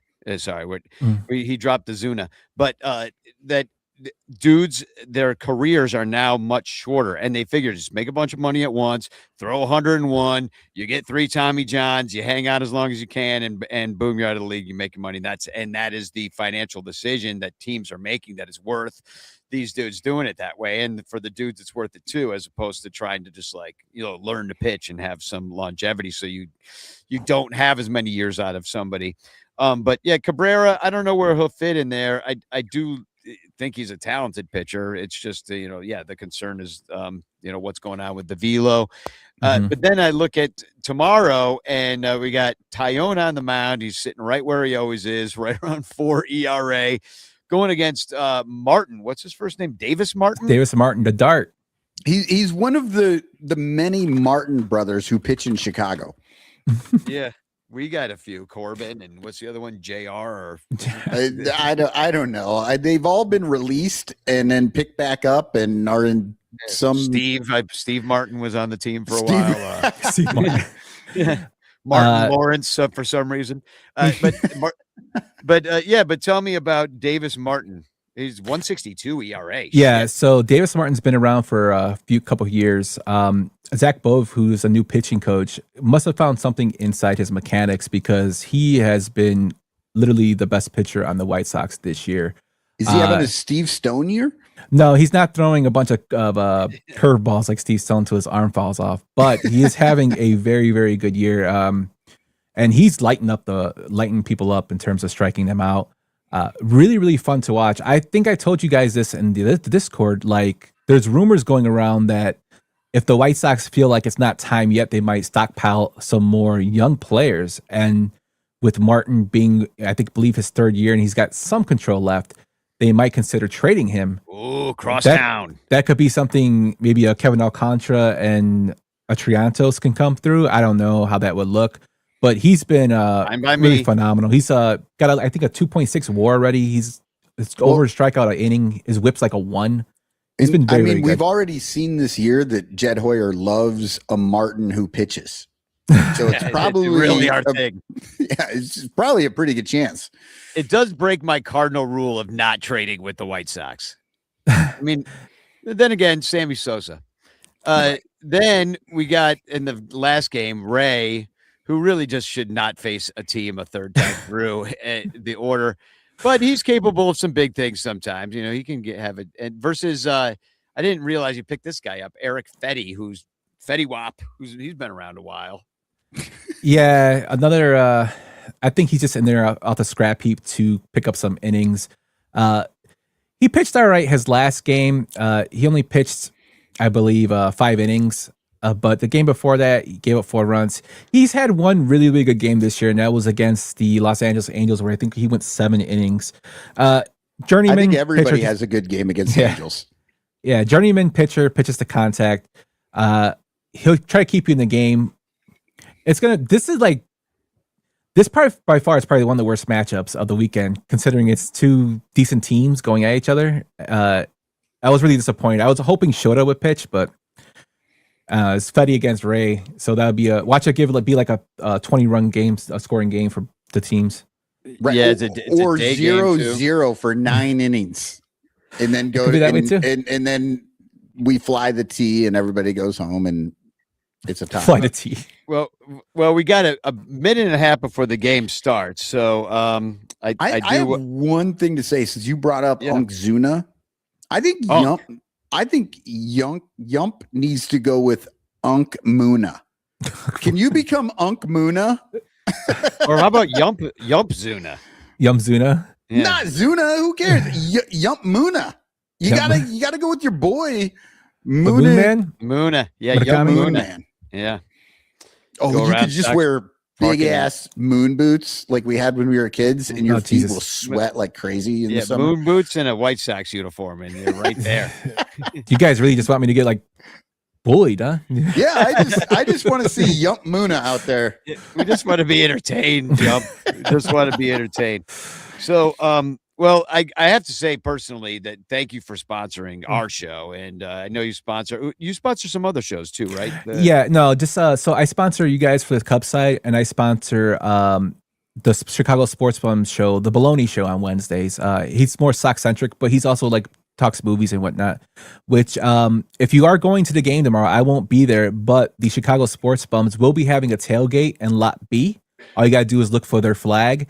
They have free drinks, and they have sandwiches by Graziano's that are free. So Cubs fans and Sox fans are appreciated. If you go there, let them know that Penguin Imprints and Son Ranto sent you, so they'll know who you are.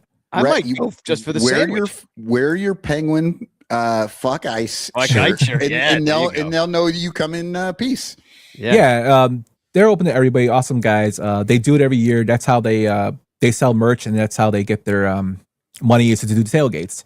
So like Cubs and Sox fans, they're awesome to go to. Like I said, free drink, free food. You can't beat that before you go into the game. And I love the work you do at Penguin Imprints because it's somewhat political. It's definitely Chicago centric. It gets the joke, and it's well designed. And the shirts are soft and they feel good on my body. Make me look handsome. And we have to shout out Sadistic Penguin Studios. Because Yump has built he's part of a podcast empire over there. He has At the Show, and he and I do Frame for Frame. That's like a special episode off of the At the Show feed. So if you want to hear me and Yump talk about remakes, because Yumper hates remakes. So I pitched him the idea that we watch remakes and then talk about them. Yeah, so Cotton tortures me once a month with this. That's what it's all about, is torture on this show. But shout out to those guys. My buddy, my co-host Tony, and then my other friend Brian. He does a draft show where they draft all sorts of crap. And Tony does a music show. Yeah, Tony does a music show called The Hook Up on Music. And Danny, I want you to get in touch with him because I think you'd be a great guest on that. It's a solo show where he goes through all music news. He'll discuss albums, music news of the week, and stuff like that. I would love to. And then we do it at the show. Because it's a podcast and there's trademark issues, right? It's really hard to play the music. Danny, you can just sing every song. Yeah, I'll just come on with an acoustic. I do have a question. I put on the game over here. And why are the White Sox dressed like the Chicago Bulls? Like that's Those really, are the city connects, man. On Fridays we wear red. I actually like those. I know my father-in-law cool. hates them. I like them. I like them better than the other ones they had. I'll probably get killed for that, but the silver and black ones they had, I actually like the red ones better. But yeah, that's just me. I agree. I like the red ones better. And guess what? They are way better than the Texas tiles. And if you play the Reds on their City Connect day wearing these, nobody's going to know who's who, because that is exactly, I think, the Red City Connect. I mean, I don't think there's too much of a difference. Maybe got that stripe down the leg. That's so 80s. Anyway, the game has started, so we should probably wrap it up here in just a moment. Yeah, I got to go listen to Steve Stone call a baseball game and remember I got how to play wonderful the song it was Steve Stone. But back in the 90s or 80s. I did want to bring, because we do have a couple of segments, but especially I wanted to show everybody Cubstradamus. And I outsourced the Fanarchy ad to Cubstradamus, and Yumpy wanted me to show you because he thinks there might be some merchandising sort of synergy here that we might be able to find between him and Fanarchy, because Britt from Fanarchy said maybe we can make some Cubstradamus shirts promoting Fanarchy. I was like, now we've jumped the shark, but we'll have to see what you think about Cubstradamus's commercial here. Here it is. It'll be the only shirts. Oh, hi. I didn't see you there because I was entrenched in the awesome new baseball fan app called Fanarchy. It's the best way to keep up on Cubs and baseball news and follow every game live. But what I like best is the game search feature. I can find any game in history by describing it and say I was there. Gabby Hartnett hits a big homer, and there it is. The lineups, the box score. Oh, I can reminisce about being there at the homer and the Gloman. People don't say Gloman about dusk like they used to. Let's try another. Babe Ruth calls his shot and hits a homer at Wrigley Field. And there it is, Charlie freaking Root. What a bum. Anywho, I love Fanarchy, so I wrote them a song. Get off Facebook, get off X. The Fanarchy app is the best. For all the Cubs baseball news I need, I always use Fanarchy.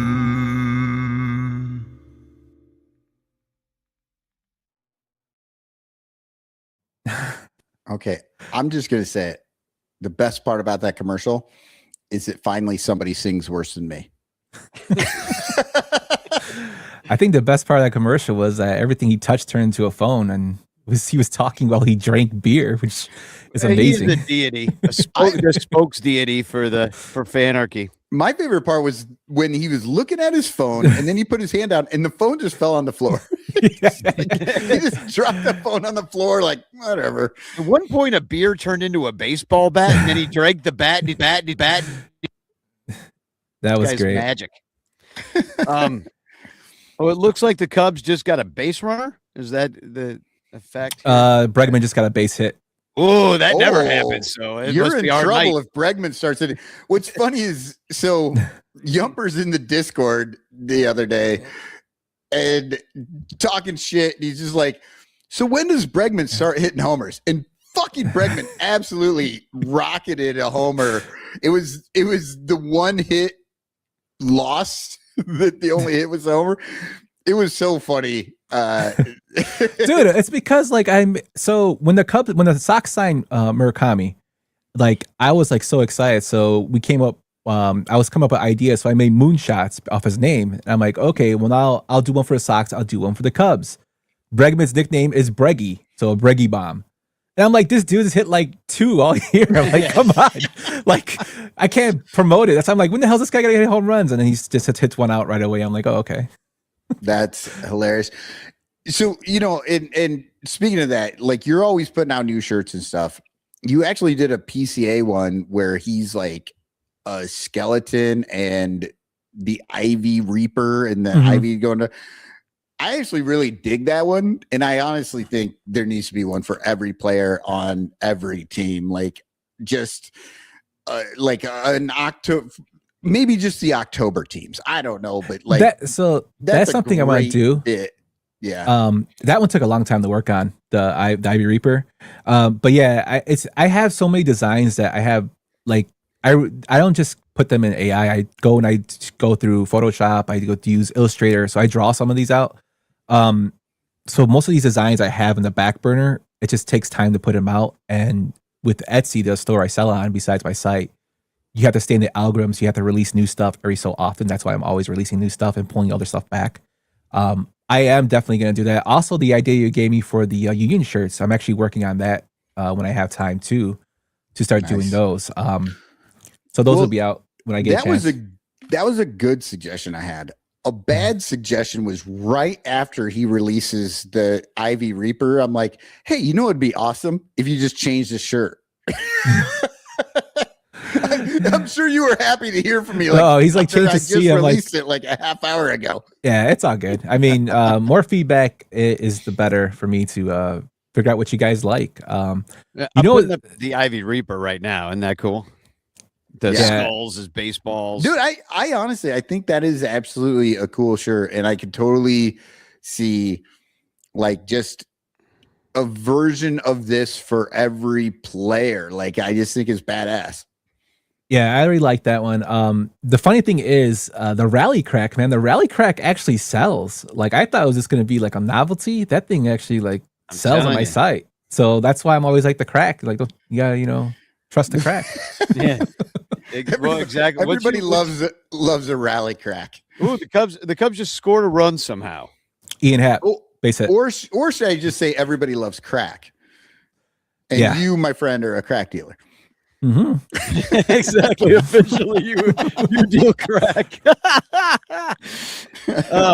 Well, as long as we're on this show and the game's going on, I do have a couple of announcements before we wrap it up here, because we probably should. Is that I did want to say thank you once again to everybody that helped me so far fund the game. Which is the musical I've written that we're going to be doing in 2027. And thank you, everybody, that there's a GoFundMe link I'm dropping right now. If you got an extra $5-10, I really appreciate anything you give to it. It's all going to go to the artist that I'm going to hire. I'm pretty sure Yumper was #1 on the GoFundMe. And I thanked Cotton earlier in the show, and I thank you in person here too, Yump. I think he got like a special prize or something for being #1. I know that. No. Read that when I went in. Like, you suck. Yumper got in here earlier than you. I just saw it when Danny posted it, but in all reality, I've been listening to you, Danny, when Lyle was on the first time. So I've been following Son Ranto since then. I told Cotton this, so like, even though I am a Sox fan, I still enjoy cutting up with the ranters and it's a great group of people. Oh, definitely. I think it actually makes way more sense now, knowing this, that you've been following the Son Ranto show that long. Why you changed from Cubs to Sox? Like, it makes sense. Convinced you. It's like, this is just the wayward lifestyle that we lead over here. The Luciers, man, that guy just. Yeah. What? Yeah, he's bad news. I do have some ranter birthdays I want to point out. Todd Emmons is today, so happy. He's a longtime Patreon supporter and listener and ranter, and he's on Facebook and all the places the ranters go. Erin Moran, who's Jose Orlando's wife, she is turning. I don't know what she's turning, but it's her birthday on Sunday. She's turning another year older. She's turning another year older. Very young woman, though. Yeah, Rob LaFrance, who I've caught many a game with, and I know he listens to the show sometimes. He's got a birthday on Saturday. I was hanging out with him at the greatest game that I've ever seen, which was the Seattle Mariners, where Lester bunted and Hayward came in and scored. Unfortunately, Rob was already gone. Because he had to work at like 4 a.m. 4 in the morning. Yeah, he used to work early. I don't think he's doing that anymore. But also, July 18th is Crawley's birthday and the Bleacher Barbecue. So just want to put that out there. If you want to come, we're just going to be hanging out. I'm going to try to get like a rancher get together before that game. Baloney Fonseca says, Yumper's the man. We all agree with that.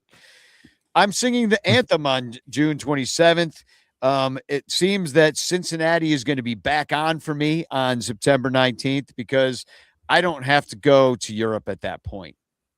So I am going to go to Europe, but a little bit later. So I'll be basically watching all the Cubs playoff games, hopefully. Don't want to jinx it here, but it'll be like 4 a.m. as I sit in the mountains of Poland watching on an iPad. So it's good. A choppy iPad. Hopefully the internet is good in the mountains. And also RIP Sam Cianis, the Billy Goat Tavern, he's a Chicago icon. The son of the son of the famous Kirsch goat guy. Goat Cianis. So he passed away. I saw that going around, but that's a big. I just want to point that out. And I do have one more message from Cub Stradamus as he did do his regular job this week as well. He'll tell us what's coming up this coming week. Oh my God. Home Depot gets more done for doers, and Ronnie's the most famous wooer. We'll come back to Wrigley, where the Cubs will win bigly, as they take 2 of 3 from the Brewers. Fuck you, Eric Wheelo. The ending was great. That is absolutely. Fuck you, Eric Wheelo. Wheelo catching strays, just not even on the show. Poor Wheelo. Yeah. Wow. Hashtag chance in the chat. We do have a couple of TFCs. We'll give away the hashtag chance postcard that I swear I'll send eventually. I've sent you some, haven't I? Oh yeah, I got all the ones you sent me. It's just I got in one time and it's right there. One time ever did I do it and I won. So I'm winning. You're a winner. You're a winner. And we got a bunch of entries in there right Undefeated. now. I do have this flexing cube. I should have told you to prepare one. I don't know if you have a live one that you want to give us, but I do have a cube of flexing cube, which is some moron online. I have none, but when I saw how many you had, I was like, I'm not even gonna look. You've got a bunch.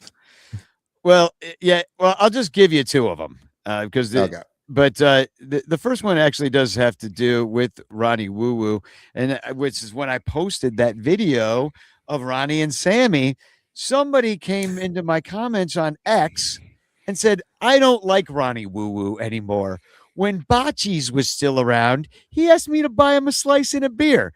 He took 1 bite of the slice and a sip of the beer and just walked out. Crying face emojis. And Harmonious Bliss responded, did you really expect normalcy from the guy?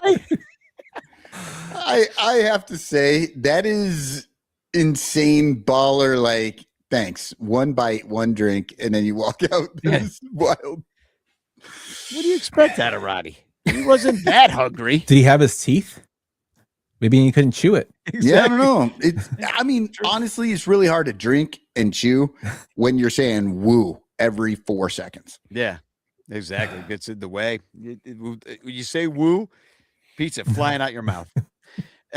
So I thought this was stupid. Now, as a Sox fan, you must have an opinion on this. But Chuck Garfien, who is I'd say the White Sox, he's their Cole Wright. Am I right? Is that the right sort of? Yeah. Sort of. Yeah. Well, he says, when the Cubs asked actor Belmont Camelli to throw out a first pitch at Wrigley Field this season, the die-hard White Sox fan politely declined. He sent the Cubs DM to the Sox and wrote, your move, home team. Belmont Camelli is throwing out the first pitch tonight. Like, first of all, this is why Cubs fans can't be friends with Sox fans. Because shit like this, okay? This is why. But then... Here, he also tweeted out the screenshots of Belmont Camelli, the so-called actor. Nobody's ever fucking heard of Belmont Camelli, first of all. But I seriously, when I saw Belmont in there, I thought it was a street. It is a street or a horse. Yeah, or a horse race, the Belmont Stakes. So the Cubs wrote to him, hey, Belmont, the Cubs would like to invite you, blah, blah, blah. Thanks. Can we line up? And Belmont's like, I'm honored by your invitation, Cubbies. Thanks for considering me, but unfortunately, my allegiance to the South Side. See you boys in May. You're losing, by the way, Belmont, and it's all your fault for jinxing them by throwing out the first pitch tonight. So then he sends the Cubs tweet to the White Sox, being like, hey, they asked me to throw out the first pitch. Can I do it for you guys? And they were like, ooh, let's do it. Where do I reach you? And I'm like, and now everybody has his phone number. He just put his phone number out on the internet. Yeah, good for you, Belmont. I'm going to be prank calling you all night, 3 a.m. Just, hey, what's up? Is your refrigerator running? Hi, Belmont. Yeah. First off, no idea who Belmont Camelli is, but props to the guy for literally just being like, nah, fuck you. I'm because I honestly hate when they bring people in to do anything on the TV and they're not actually Cubs fans, and I hate the Cubs for doing it, but I really hate the people who do it because they know better. They just shouldn't do it. So this Belmont Camelli, props to you for just being like, yeah, I'm not doing that shit. I'm going to actually parlay your invitation into getting the first pitch, for the White Sox. So I'm down with it. Yeah, that's true. You got to hand it to him. I guess. I don't even know who the kid is, and I do a movie podcast. He was in the thriller Until Dawn last year. He was in Saved by the Bell, but in 2021, the one that nobody ever watched or heard of, and he was in My Evil Stepdad. That was a real. He was in something with Robert De Niro in Alto Nights. I think he played like a small role in there. I guess I looked him up. I don't know. All right, Robert De Niro has a lot of bad movies in the last decade, so he needs some money. Cotton needs money. So, but right, he has a child. He's 85 years old, and he's got like a 2-year-old. Yeah, I'm sure he's taking care of that kid too every day. Just changing diapers. The kid's changing his diapers. He's that old. Exactly. But brought to you by Depends Undergarments. For all accidents. Well, thanks for being here, Yump. We got to do this more often, just to have you on and do like cross-pollinated shows and stuff. And, but thanks for being here and thanks for sponsoring us. And why don't we give away a chance postcard and then we'll go watch the rest of this freaking game here. So we can all talk shit in the Discord. Yeah, exactly. Or it's Fanarchy Friday. So I'm going to be on let's Fanarchy. hit up the Fanarchy for sure. So let's see. Here we go. Let's pick a winner. It could be you. Like you could win live on the show. I go in live reaction. That'd be exciting. Oh, but the winner is Brett Moore, who I actually don't know who he is, but it looks like he's friends with Flavor Flav. So, I mean, that is, unless it's a wax museum, he's like actually buds with Flavor Flav. Danny, I think you've just missed the point altogether. Flavor Flav's real name is Brett Moore. Oh, could be. I don't know who the guy in the yellow hat was, but yeah, I think Flavor Flav just won the chance. I'm excited. Well, congratulations, Flav. Boy. So, all right. Well, that's I guess that is groups ever. Love it. That is a wrap for us on the Son Ranto show. Anything to plug before we get out of here? And you figure out how to say "Go White Sox" backwards? No, check out Penguin Imprints. Use Bleacher Bunch for 20% off. And again, if you are going to the game tomorrow, stop by the Chicago Sports Bums tailgate. Just look for their flag, the bum flag. They'll have free drink and food from Graziano's. So tell them that the Son Ranto show sent you. Maybe I'll come down. I don't know what I'm doing tomorrow. Like maybe I could actually make that happen. Yeah, Baloney Fonseca is actually the guy's show I sponsor, Peter. So check him out. He'll be there and just let him know who you are.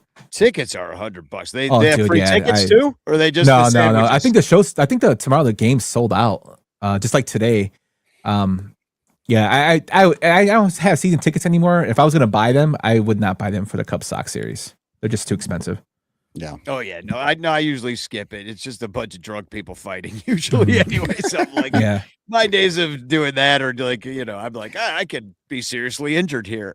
Yeah, it's seriously, it's like when the alcoholics stay in on New Year's. They're just like, yeah. You guys send that chance to Sydney, Australia there. And whoa, that's awesome. Brett says, boom, send that chance to Sydney, Australia. Oh, sick. Well, you got it. Brett, what are you doing? He's going to email you, Brett. Yeah, it's next week, Brett. I don't have your information, so you got to email me at sunranto@gmail. In Australia. That's how fucking far away they are. Yeah, the Cubs have already won in tonight. The series is over. We swept. It was incredible. So, all right. Well, Brett, congratulations, and thanks for tuning in, Brett, and everybody else that was here. What was once pregame is now during game. Right. Let's get out of here. Let's go listen to Steve Stone call us some baseball. And listen to Steve Stone, the song. So, Spagog, y'all. Spagog. You got it? We're waiting. Come on. We're waiting for you. What? Well, Spagog. Go White Sox. Go White Sox backwards. I don't know how to say that shit, dude. Come on. Go Sox. Zos. Zos. I wanna get sleep.